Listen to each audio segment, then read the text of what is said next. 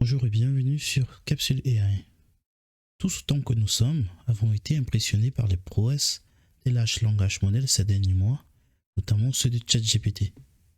Mais au cœur de cette technologie révolutionnaire se cache la véritable clé de tout ce système, le prompt.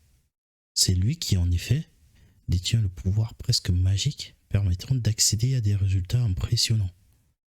Alors, nous allons explorer ensemble aujourd'hui le monde captivant du prompt. Accrochez-vous, c'est parti. Avant de nous plonger la tête première dans le monde fascinant du prompt, interrogeons-nous tout d'abord. Pourquoi les LLM ont-ils besoin de prompt? Et d'où vient cette idée même de prompt? Pour bien saisir ce concept, examinons de plus près les LLM.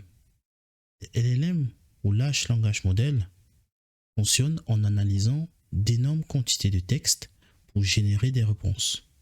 Mais cette génération particulière, en effet, pendant la phase d'entraînement, ils ont un unique objectif, celui de prédire, de deviner le prochain mot complétant une phrase donnée.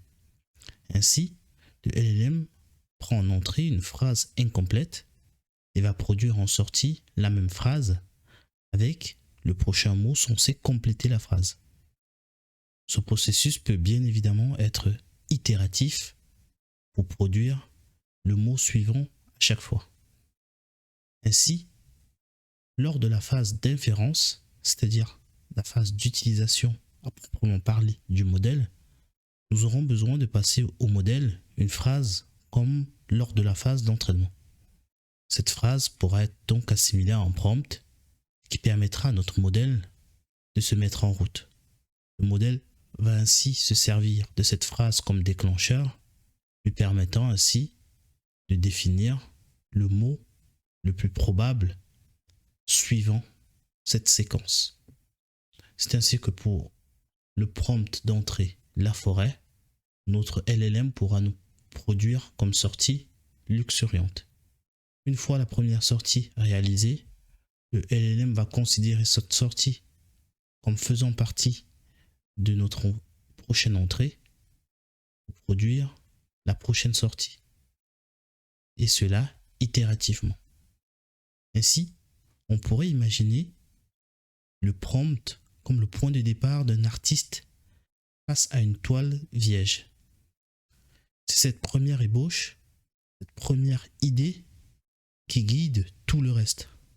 En somme, un prompt peut être défini comme une instruction donnée à un programme qui va l'orienter et le guider dans l'exécution d'une tâche précise.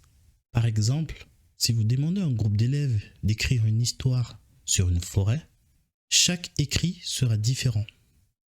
Mais si vous précisez une forêt enchantée, alors l'orientation de chaque histoire sera beaucoup plus ciblée.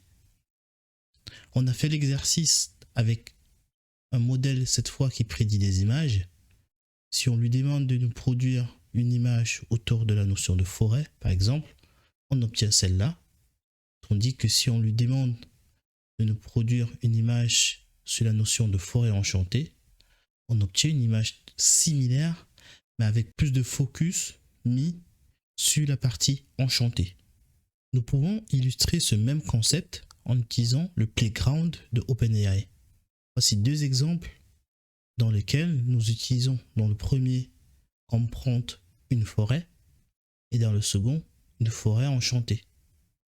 Donc, comme on peut le constater, lorsqu'on utilise une forêt, très vite, notre modèle va suivre une séquence logique et prédire mot par mot les mots les plus probables complétant la séquence une forêt. De l'autre côté, si on lui fournit une forêt enchantée, le modèle aura plus tendance à nous décrire un lieu. Cependant, le processus restera le même et notre modèle répondra mot par mot à notre séquence d'entrée, c'est-à-dire à notre prompt. Un petit point à noter tout de même. Si nous refaisons le même exercice, cette fois en utilisant ChatGPT, on obtient des résultats structurellement ou globalement différents. Et on pourrait bien se poser la question, pourquoi? Eh bien, au-delà du fait qu'on n'utilise pas sans doute les mêmes paramètres de modèle lorsqu'on utilise ChatGPT ou lorsqu'on utilise le Playground, il est important de noter que la version ChatGPT est une version fine-tunée, c'est-à-dire une version entraînée à répondre de façon spécifique. Ce qui peut expliquer qu'avec ChatGPT, notre modèle ne soit pas dans une suite logique de la séquence en partant du prompt, mais bien dans une description des éléments passés en entrée, notamment une description d'une forêt ou alors une description d'une forêt enchantée.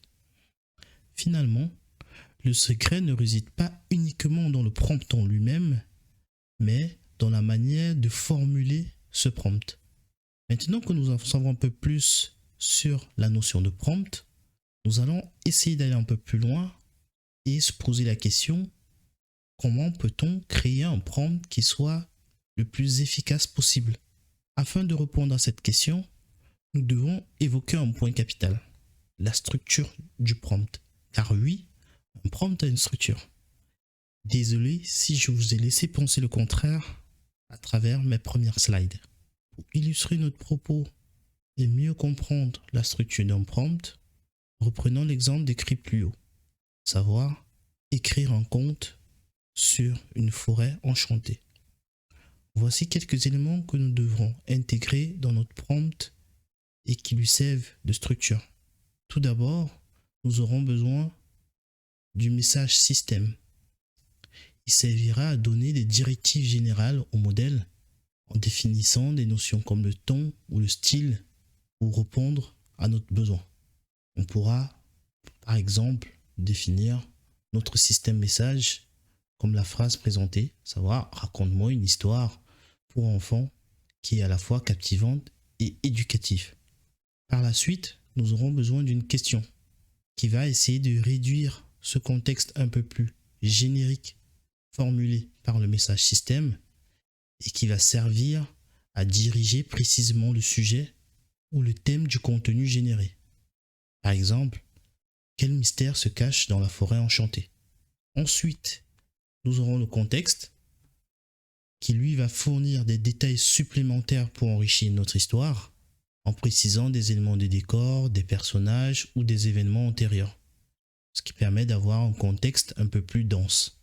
Par la suite, nous pouvons rajouter des exemples, si on en a besoin, qui permettront, eux, d'aider le modèle à comprendre des formes, des formats, des styles, ou alors se rapprocher d'autres histoires pour pouvoir s'en inspirer.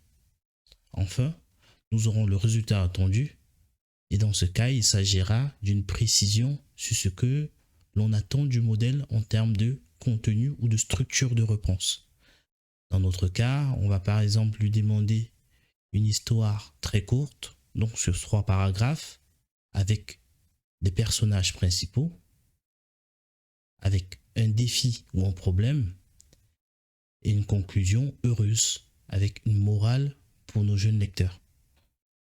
Bien évidemment, tout ceci ne sont que des exemples et peuvent être affinés au besoin. C'est ainsi que, pour un journaliste par exemple, le message système serait la ligne éditoriale, la question serait le sujet, le contexte fournira des détails et le résultat attendu sera l'angle d'approche souhaité par ce journaliste. Si nous compilons tous ces résultats issus de la structure de notre prompt, on obtient ce prompt.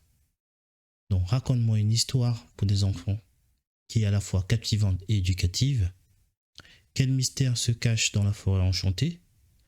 La forêt enchantée est un lieu mystérieux où les arbres peuvent parler et etc. On retrouve ici les différentes parties de notre prompt avec le jeu de couleurs associé. Si nous faisons l'exercice de passer ce prompt-là à ChatGPT, nous obtiendrons ce résultat ou un résultat similaire. Vu que le prompt est assez détaillé, ChatGPT va lui définir un titre. et puis définir dans notre séquence de 3 paragraphes un compte avec les contraintes que nous lui avons passées. Ce qui est intéressant avec cette technologie et cette façon de construire des prompts, c'est qu'on pourrait écrire des histoires qui sont très intéressantes pour nos petits jeunes et qui soient ciblées. Par exemple, écrire un conte avec pour une morale sur le secteur financier. Ou alors écrire un conte qui soit basé sur des aventures dans notre ville. Mais pour y arriver, il faut pratiquer sans cesse. Ce qu'il faut bien comprendre, c'est qu'il n'y a pas aujourd'hui de méthode préconçue pour obtenir le résultat le plus idéal. Le prompt, c'est avant tout une sorte d'art. Et la maîtrise du prompting nécessite de la pratique. Alors ne vous découragez pas si vous n'obtenez pas les meilleurs résultats au premier coup. C'est en testant, en affinant et en expérimentant que vous parviendrez à maîtriser cet art. Alors à quoi s'attendre dans cette série? Nous venons de voir rapidement la notion de prompt et à quel point le prompt joue un rôle essentiel pour les larges langages modèles. Mais un prompt ne se résume pas tout simplement à écrire un petit texte, ce serait trop facile. Il est possible d'avoir, comme maintenant, des prompts beaucoup plus custom qui permettent d'aller beaucoup plus en détail, potentiellement de construire des prompts sous forme semi-finie qui permettraient d'intégrer et donc de faire varier le prompt selon le besoin. Par exemple, on pourrait faire varier le ton, on pourrait faire varier le style d'écriture, on pourrait faire varier la langue tout en gardant la même structure de prompt. Nous ferons dans cette série différentes méthodes de prompting qui permettent de répondre à des cas d'usage business spécifiques. Afin de ne rien rater de cette série, n'oubliez pas de vous abonner, de liker cette vidéo et d'activer la cloche. Et rendez-vous dans les prochaines vidéos. À bientôt pour notre prochaine capsule. Ciao.